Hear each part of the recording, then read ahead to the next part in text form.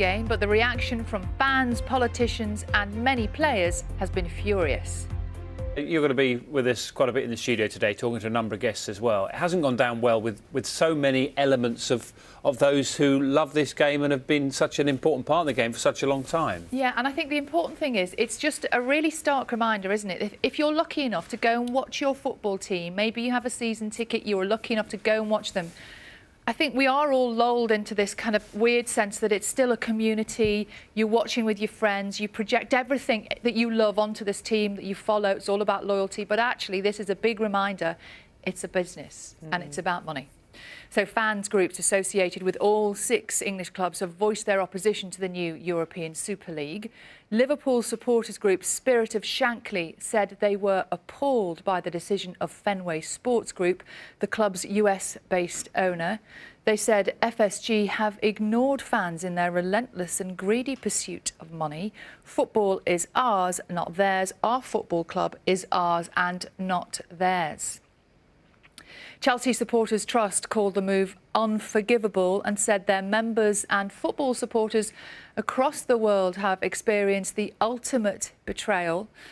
And the Arsenal Supporters Trust called the club's agreement to join the death of Arsenal as a sporting institution. Well, speaking yesterday, one person who I think spoke really summed it up for everybody is the former Manchester United player and current Sky Sports pundit, Gary Neville. The fans need protecting.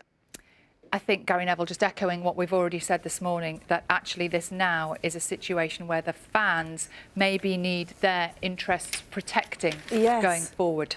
And we'll be speaking to all sorts of people throughout the programme, Sally, and if people want to get in touch, I'm sure they will. Yeah. Thank you. As a bit of a power play and a negotiating tool to see what we might eventually get to. You've made a really good point there, Dan. Is this a negotiating point? Is this like a worst case scenario as far as the fans are concerned? And maybe would this be rowed back from to another new normal? Who knows? Yes, last night's confirmation of a new European Super League has been met with widespread condemnation by football fans, governing bodies and politicians alike. 6 English clubs, including Liverpool, Manchester United, Chelsea and Arsenal, have signed up, a decision which prompted a feisty reaction on Match of the Day last night.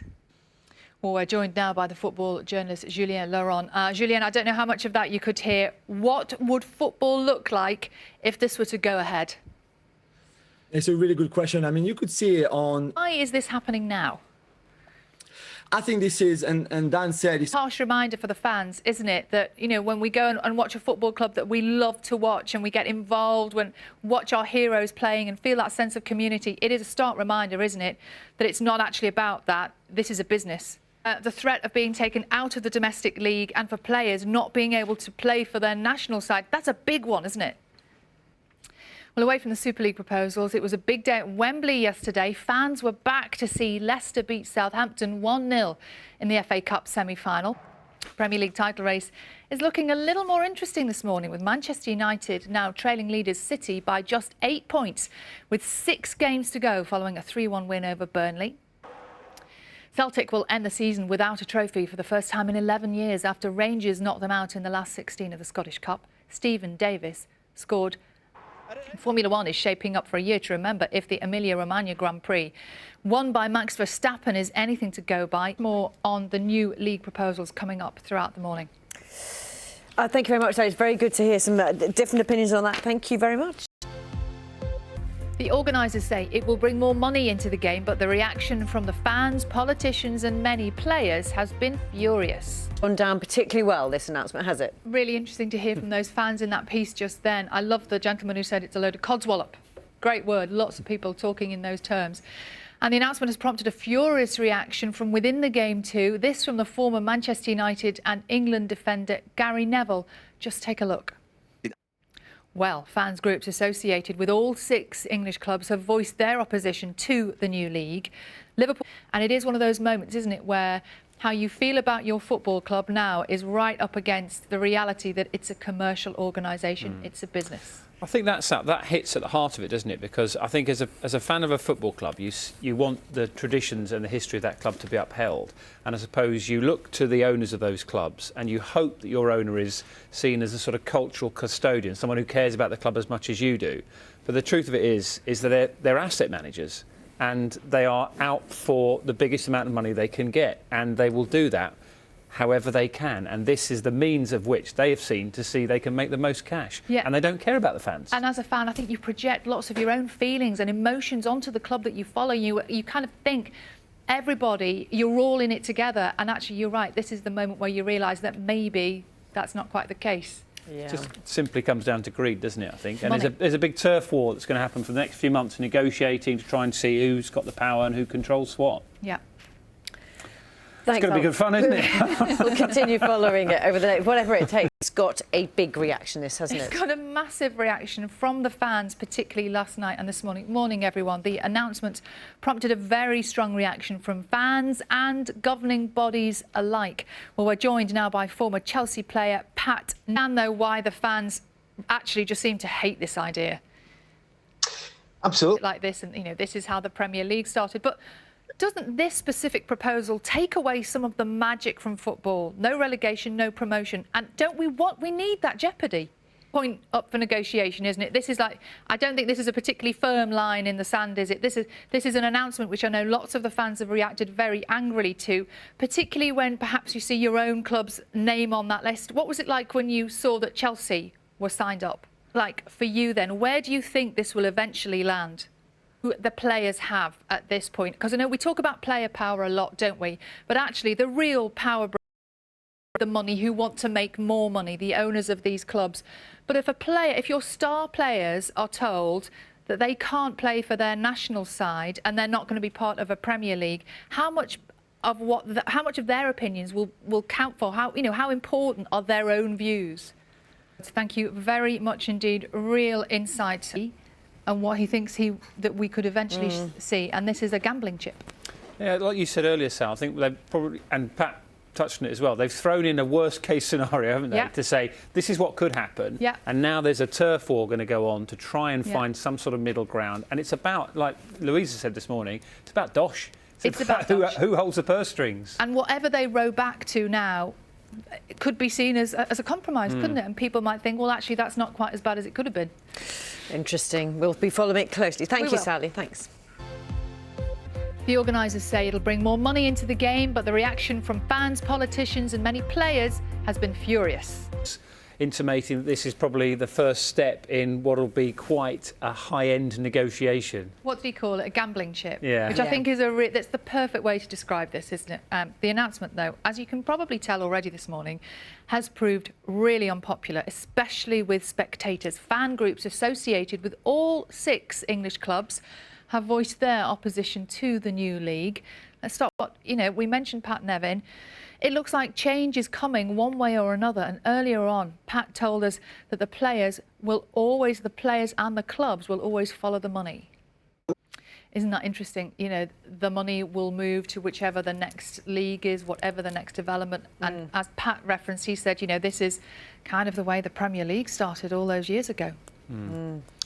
Well, we will continue following this. I think this is not the last of the conversation, is it, by any stretch of the imagination? I can hear people shouting the game's gone. You know what I mean? It's one of those, isn't it? That's just outside this room. Yeah. It feels like a significant moment, though, Sal, doesn't it? And that's why we're talking about it quite high up in the programme today. Yeah, and it feels like whatever this is, maybe this isn't the exact thing that will happen, but change is coming. Thank you. We'll see you a little bit later. Thank you.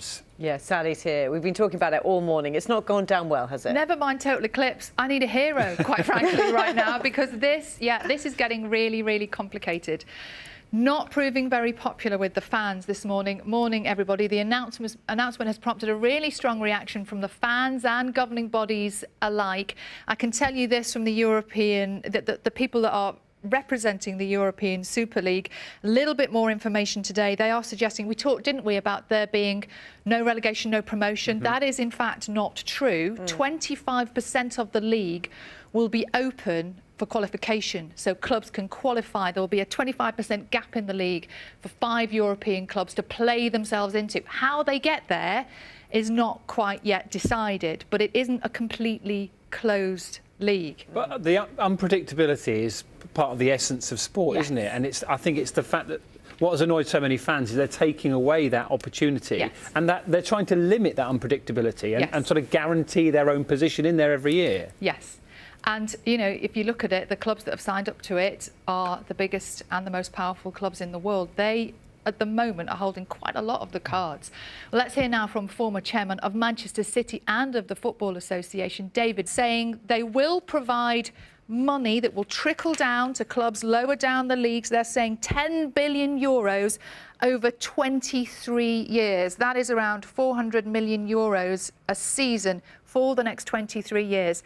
Is that really a bad thing? Let's look at the current situation in Europe. If you look at the current proposals for the Champions League, clubs would be playing, there would be 100 more games even before Christmas. And that's not been entirely popular. So it doesn't seem at the moment that there is the right balance between these two ideas.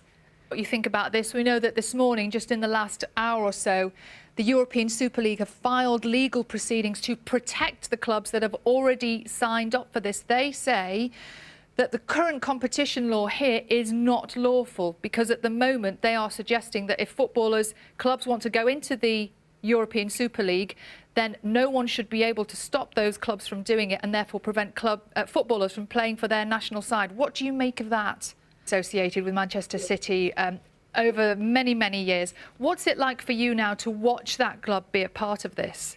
Powerful opinions there from a man who has spent much of his career in football. Well, the announcement has proved deeply unpopular with spectators. Fan groups associated with all 6 English clubs have voiced their opposition. Let's speak now to 2 of them. Strong words from the fans there, from David Bernstein. You sense that, you know, if the European Super League is to go ahead, there's got to be an enormous amount of work, persuasion and, quite frankly, change that the fans will see. We've got a lot of love for Susie Dent on this programme. She's a regular guest. Always. You know, she always tweets out a word of the day. Great word today. And the word of the day today is ingodidiousness, which is extreme greed and insatiable desire for wealth at any cost. Wow. Thank you, Susie. Morning, Susie. Thank you. See you later, Sal. Thank you.